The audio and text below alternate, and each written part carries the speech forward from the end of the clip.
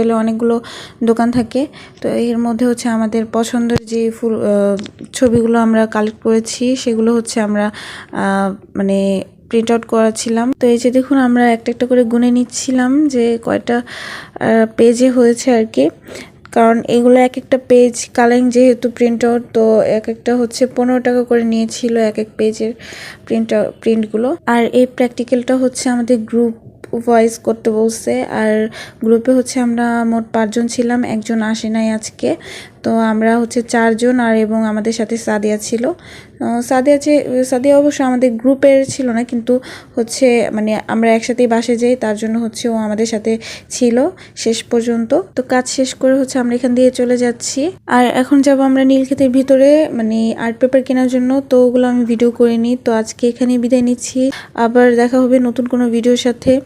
সবাই ভালো থাকবেন, সুস্থ থাকবেন, আল্লাহ হাফেজ।